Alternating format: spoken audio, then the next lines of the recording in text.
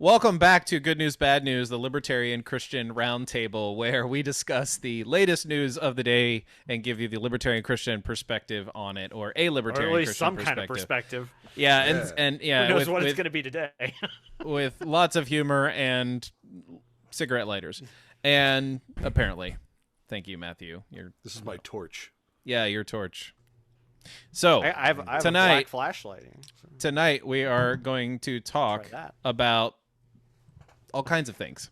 All kinds of things. Oh, So as soon as I'm done being interrupted, Fair enough. Which they don't do in Canada. no, they don't. We're gonna talk about Canada, Oh, but I'm so first sorry. we have to talk about Texas, and then we're gonna talk about India, and then we're gonna talk about Canada.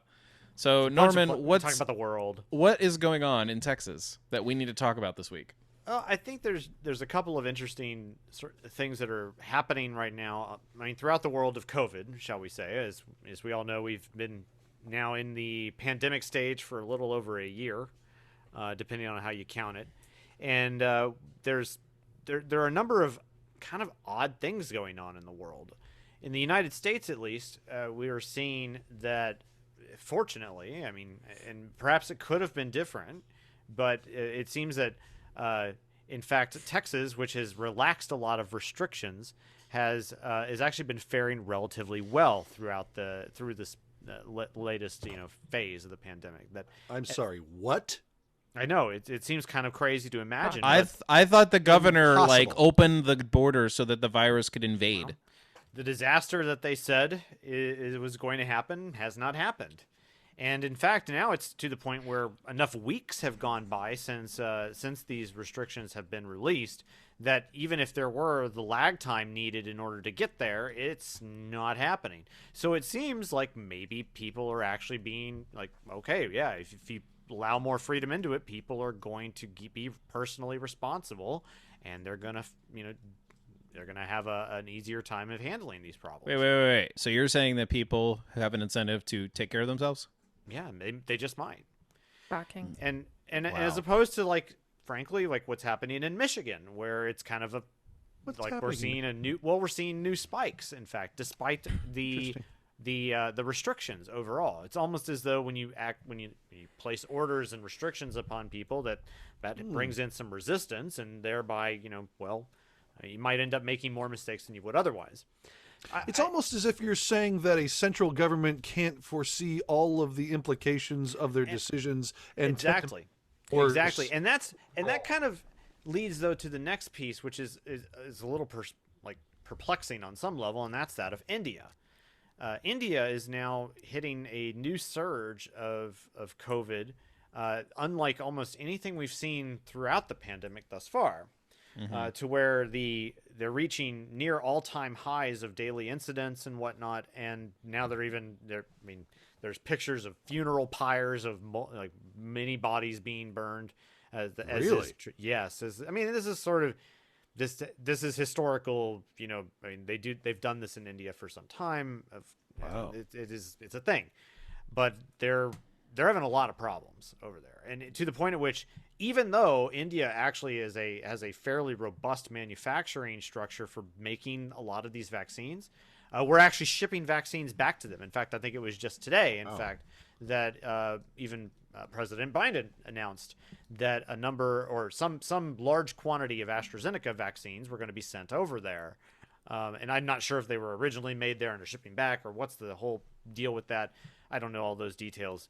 But there's been a concerted effort even to kind of offer more aid, because even back in a year ago, India actually sent a good bit of PPE and ventilators and whatnot to the United States during some of the more harrowing days of the for instance, what was going on in New York at the time a year ago. So now what's interesting here, I think, is just that India did have a lockdown phase. It was from roughly March last year until late May, and then they started going through their unlock starting in June or something to that effect. And what seems to be the case again is that it didn't matter that the lockdowns were maybe it bought them some amount of time, but it certainly is not it's not working now. And it's not that they're in lockdown. There's all sorts of explanations out there as to what's going on.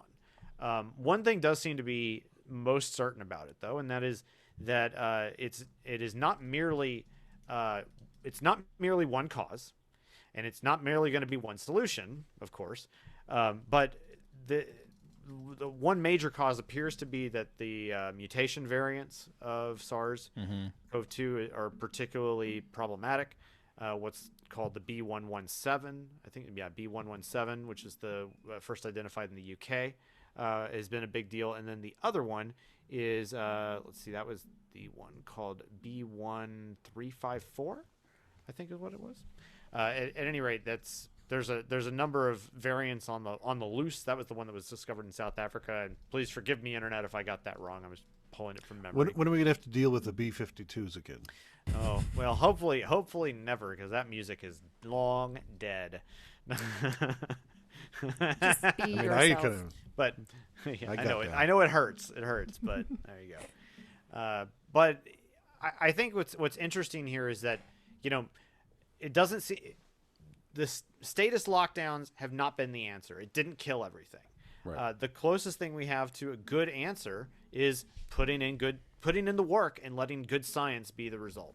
And so, you know, we are seeing more and more results come in with respect to, you know, good vaccine development and whatnot. And I mean, it's impressive. And so I think that's, you know, if there's an answer, it's going to be not through the arms of statism, but through the arms of the market. You know, working these things out. And so with any good luck, and you know, with any good luck, we'll begin to see, you know, into the light at the end of the tunnel of this too. But I think it's worth talking about because, you know, these things do affect us, and what I'm most concerned about, I think, in the short term, is what are people going to do, and how are they going to respond if this continues to expand beyond the borders of India.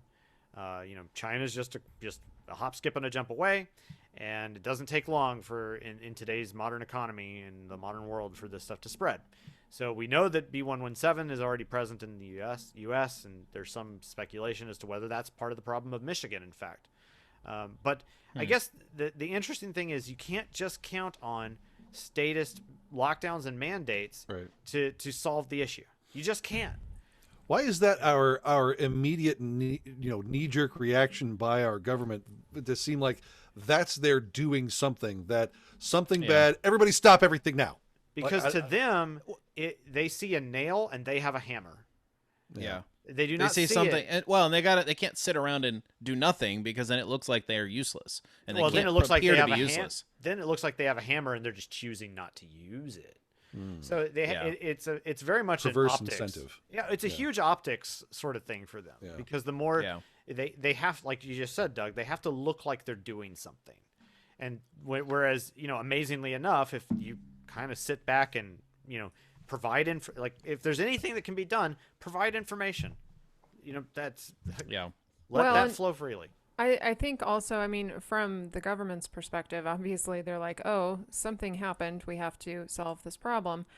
But from the people's perspective, by and large, most people have come to at least believe that when problems occur, it's government's job to solve them. And, you know, we sort of, as libertarians, we sort of get ridiculed, and we've talked about this before, ridiculed for saying, oh, the free market will handle it. But the reality is that problems always come up. Like, you know, pandemics aren't new. They aren't new things for human beings. And we're always faced with problems. And so the question is, who is best equipped to solve them?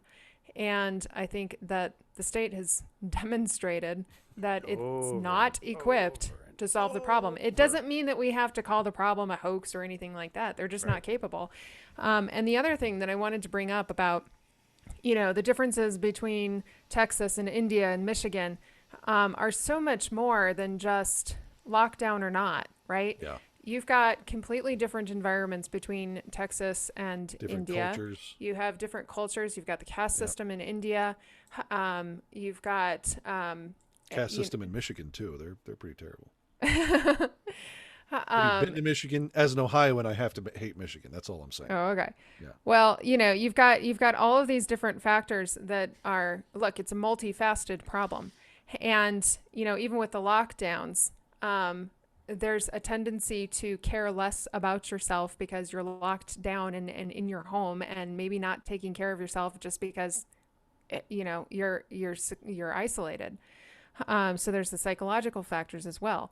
So the point is that this is a multifaceted problem. It is a problem, but the government is not equipped to handle the multifaceted problem. We need the market to handle it. We've got plenty of brilliant people who are capable of doing that, and we should just let it happen. You bring up an interesting point because it reminds me of that old Monty Python skit where King Arthur rides into the village and he says, "Oh, well, I'm your king." And they said, "Well, I didn't vote for you." It's kind of the same way with the market. We would say, "Well, the market's going to take care of it." And they're like, "Well, I didn't vote for the market." And people want to be able to say, "Oh, I've got a hand in fixing this thing." Yeah. That's the unfortunate aspect of it. Yeah. Well, that actually is a really good segue to a hand in fixing things, because there's a lot of things in Pennsylvania that are broken. And Matthew is going to talk about how the people of Pennsylvania are going to fix it in May. We're so angry. We're going to fix this. That's why we're burning this down. And actually, our governor thinks That's not that we're what going he's to. doing. Well, no, but sorry, something burning on my desk. Anyway, the governor thinks let that me we're pour going some to water burn on things it. down. Yeah, there we go. Because we are actually going to do in Pennsylvania a constitutional vote where we're actually going to share a question saying, should the governor have absolute and ultimate powers when it comes to the coronavirus? Oh, where'd I go? Oh no, I messed it all up. Can you guys see the We screen? can. It's kind of we can awkward see and it. weird, but yeah, it works. Is it? Okay, there it is. Okay, There good. we go. Yeah. So, yes, can he have unlimited powers as it pertains to the emergency orders? Can it go on indefinitely? And it's a new proposed amendment where the end of the emergency declaration is completely done unless both houses of the legislature allow it to continue. So, hey, some real checks and balances in Pennsylvania.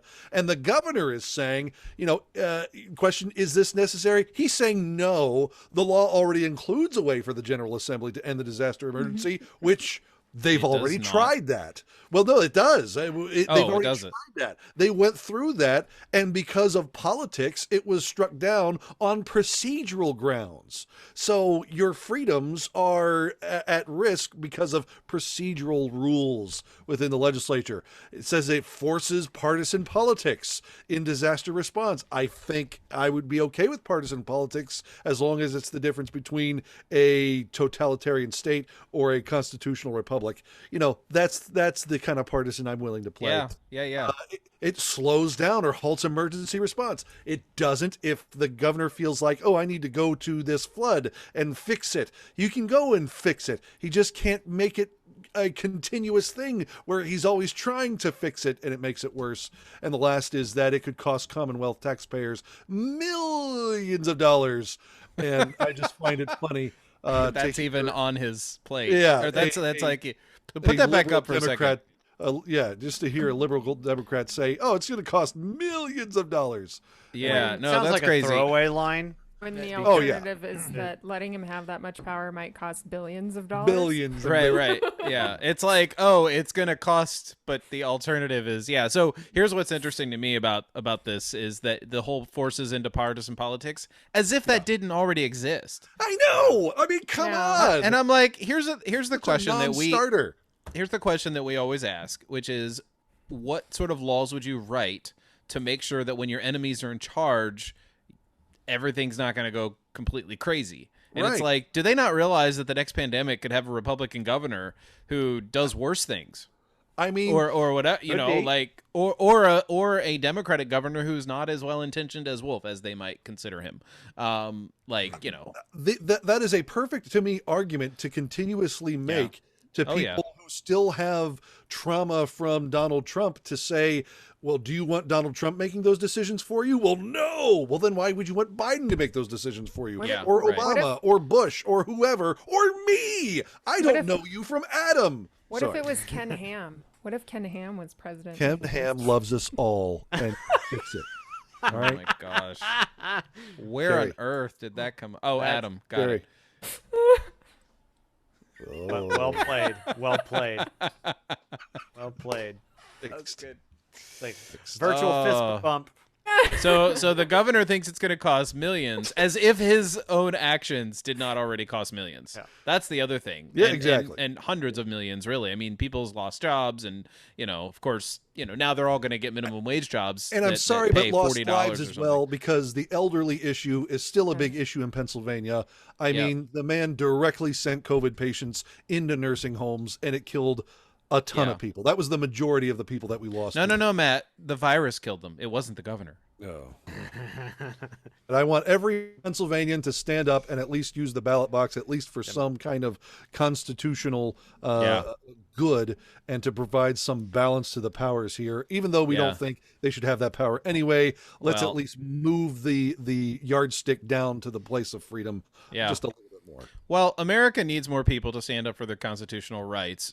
And most of all, they need pastors to do so as well. And we know that in Canada, there's at least one pastor who is standing up for his own constitutional rights.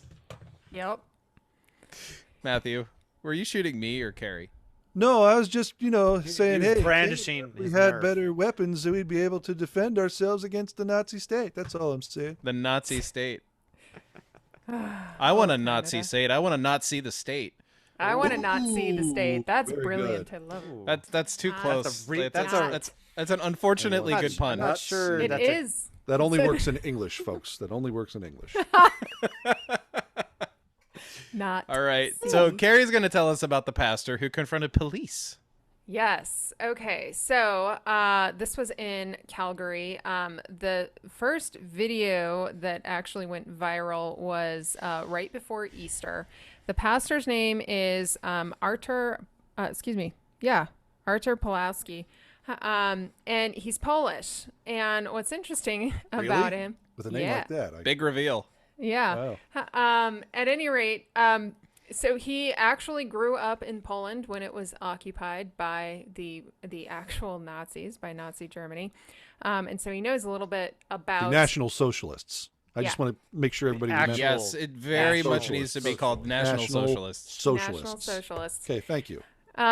So at any rate, these there was a handful of Calgary police who were escorting a some sort of health department officer into their church on the week before Easter, interrupting a service. They wanted to serve him with papers saying that he was violating the health order and blah blah blah. He was going to get in trouble, and so that video. He absolutely would not listen to them, started yelling at them to get out, wouldn't give them, a word in edgewise, eventually give them an started calling them Nazis and Gestapo.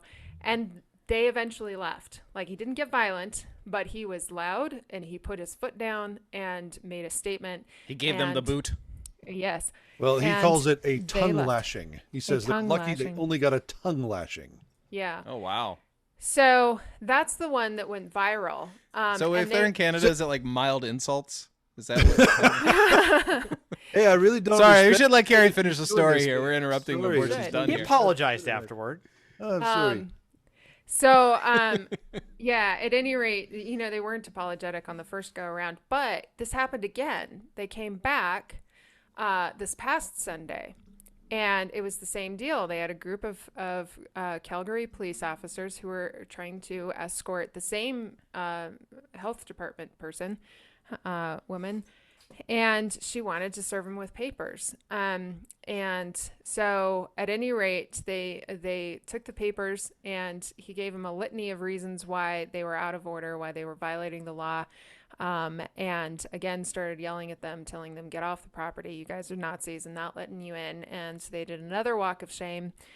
And then they came back a third time. Learn your lesson, folks. Come on. Yeah, they came back a third time, and there's the second pastor there. The second pastor did the same thing. He started citing federal law to them, saying you cannot come in here, and we're not going to let you. He wouldn't let the health department woman get a word in edgewise, and again she turned away. Walk of shame. That's funny. And yeah, so at any rate, I think it's a wonderful example of how pastors can actually stand up for their congregations. There was no violence. There was no political antics or anything like that. No making a statement other than telling them, no, you're not going to do this. You don't have a right to do this. Get off our property. And not letting them say a word. Which I thought was really interesting. So it's interesting. A part of this, you were talking about him and speaking on the criminal code or the federal law in Canada. I'm reading here. They're saying that in section 176 of the criminal code, which I guess it's just one big criminal code in Canada, makes it a crime to disturb a church service. Now, I don't know if that's necessarily a law that we want to have in a free society, but I mean, if the Canadian government is saying it's a law to it's against the law to disrupt a church service, then he's citing the law. Yeah, that's what he was saying. Yeah. He's saying it's illegal for you guys to do this. It's against the law. Yeah. And like he was speaking directly to the police, and the police couldn't argue with him. They knew that they didn't have any right to go in there. The health That's department, probably why they didn't talk. Yeah. The health department official, wanted to deliver her papers and say, you guys are in violation. You have to shut down, blah, blah, blah. She wanted to say those things, but she wasn't allowed to.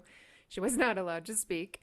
He just, kept saw talking a over her. bakery in Canada where the patrons even stood up and shouted down a health official and just kept inching forward, not being combative or anything, but just kept inching forward, crowding them out of the building so that they didn't harass the business owner anymore. Well, honestly, that's the kind of protest I can get behind. This is happening all across Canada. In Vancouver and Ontario, they're giving new police powers to police officers to pull you over for whatever reason, or stop you on the street for whatever reason, check your papers, ask you why you're out, to see if you have a valid reason for being outside. So it's happening all over Canada. By the way, I remember that was a proposal and it did get struck down, but after massive public pushback. No. Here's the thing. It apparently got struck down, but they brought it back with even tougher restrictions. Oh my word. Yeah. So it is absolutely getting nasty up there. I don't know how you could call it anything other than And they used to look at Nazism. us like we've got all the problems. And now we're They looking still at do. They still do. Well- We have lots of problems. Hey, At man. least the police didn't kill the pastor. Yeah, that's Yeah. true. But there's one more story from Canada, which there boy. was a number of people who were standing on the border near Michigan. Oh, Canada. They had their Canadian flag hung upside down, which is a sign of national distress. And they were sending light signals using, SOS? Morse SOS code. signals over the American border. So Canada's hurting. Did somebody yell back, "Sorry, we can't"? We're locked down too. We're locked up. This is New York. We can't do anything. Apparently, you should just go to Texas and Florida. Oh man, and Florida. Unfortunately, reflective Texas, light Florida. doesn't travel that far. Yeah. Well, guys, I think we've talked about all the topics we need to talk about. And we've traveled the world sort of. We've traveled some of the world, and we have From Texas to India to Canada. Yeah, and so we've given a libertarian Christian perspective. I think some of our viewers and listeners would actually kind of align with us, but we would want to hear from you. You can go to libertarianchristians.com and click on the contact and send us mail. Hate mail, love mail, whatever. We just want to hear from you. And you can also listen to the Libertarian Christian podcast if you want more from the Libertarian Christian Institute. We'll see you next time.